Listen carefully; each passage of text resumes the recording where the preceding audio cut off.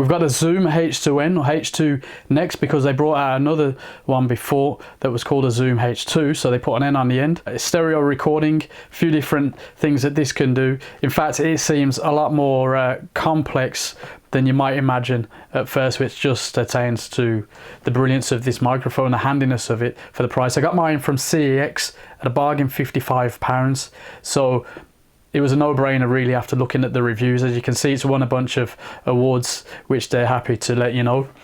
The box is nice and simple. Gives you an idea of the mid-side mics, gives you an idea of the XY mics, the different patterns that you can capture, the different options that you have. As I say, that might complicate it if you're very new to audio recording at this kind of level anyway. But once you get into it, it can be very simple. So let's see what we've got inside. You might be curious, because you might have to get something else to use it with the setup you want to use it with. But that's not a big deal. So, of course, you've got an operation manual. Let's open up there. Let's see what else is inside. So you've got the operation manual. Let's see. Yeah, the whole lot is in English, so that's definitely worth a look. There's a lot of different suggestions for settings online, but I've realized it's a good place to start with this manual, because it will simplify some of the stuff if you've never used a microphone of this sort before. Some information about firmware. A little bit of instructions about Wavelab LE7, which is there on disc.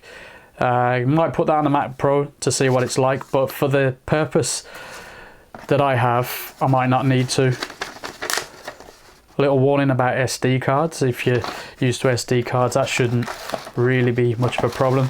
Now inside, you should have a micro SD card, micro SD adapter, and this one came with a 2 gig card, and then the beauty itself. Now I'm quite aware that I just called this a beauty, but look at it.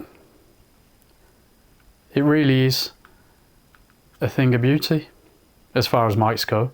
Well, if you're watching this, you're probably a geek and you'll agree. And if you don't, well, cool. I like it. Looks good. Tripod screw thread mounts. Very handy. And the SD card. Now, I do like this, particularly because it means it can be used with a number of tripods. Cheap to super good. In fact, the one that comes with the accessory pack, well, you can get it for about £1 or $1. And because this is so light, that might do a good job for you.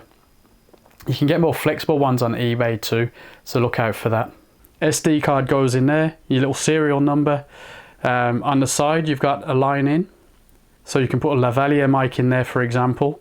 Now I'm told the benefit of that is that instead of the lav or lapel mic going straight into your camera, for example, or whatever recording device, it can go through the circuitry of this and the signal will be processed a lot better.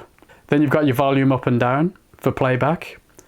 Your remote would come with the accessory pack, if that's something you're interested in. Line out so you can monitor the feed. For example, if you're setting up and the monitor here isn't in your view, perhaps because you're using mid-side, which is this side, by using some headphones, you can monitor the sound yourself. And there's a USB port. You've got a mic gain. Now, I've seen different recommendations for this, but obviously the idea is that you see where you're clipping and you bring it below.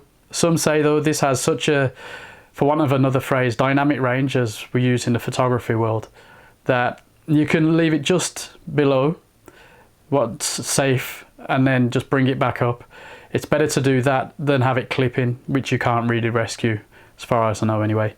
You've got a power and hold just there, play. This is a little jog wheel, so it presses and it goes up and down. And then you've got a menu button, it says hold for home. So to switch it on, what I've learned so far is you just pull it down and you're away.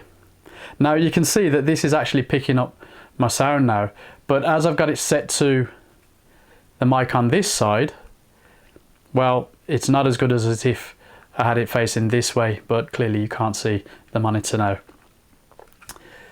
What we've got here then, the mid side, it has a diagram to tell you the basic range that it's picking up from, for example, from in front and the sides, but you can change the sides so that they can pick up from a bigger field or not at all, so it only picks up from there.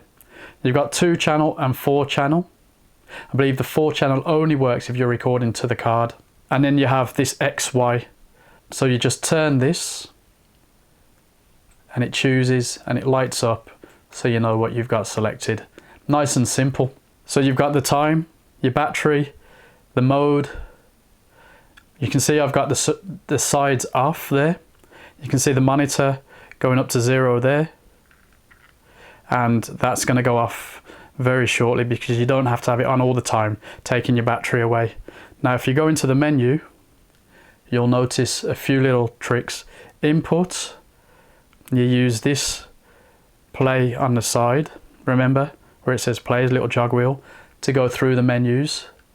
So input, you press it to get inside. Low cut, which I've currently got set to on. Compressor limiter, so you have a few different choices there.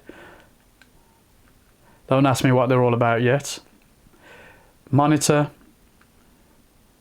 auto gain, which I've currently got off, but I've been recommended to give it a try on concert or maybe solo, because for some unknown reason it gives you a bit of a better sound.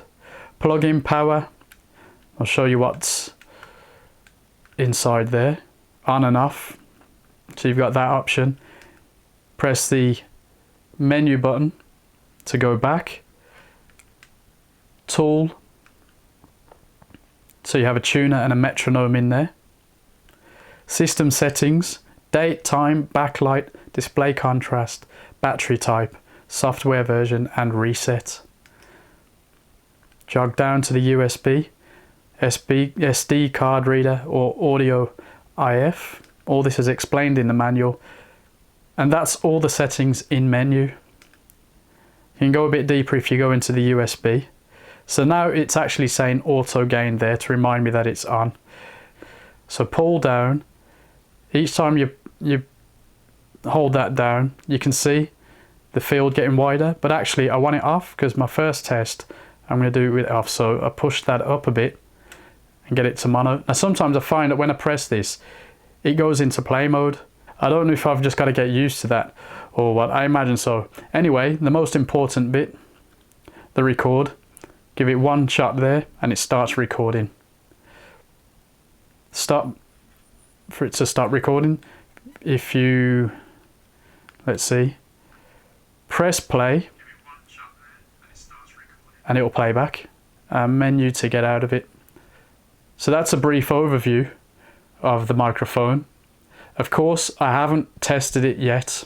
My plan is to connect it to, well, the camera that's currently in use and see how it sounds. So keep posted, subscribe, leave a comment below if you want to see that, and I'll get that done as soon as possible. So as I say, very lightweight, looks good, which unfortunately had me calling it a beauty, and there's a lot to play with. If you've never had a mic of this standard or quality before, well, there's a lot to get your head around, but it's a learning curve, and that's what these videos are all about. Thanks for watching. Subscribe, leave a comment down there and let me know what you think. And if you have any tips about settings, that'd be really cool as well. I guess if you have tips about settings, you don't need to be watching an unboxing preview video, but thanks anyway. Take it easy, be good.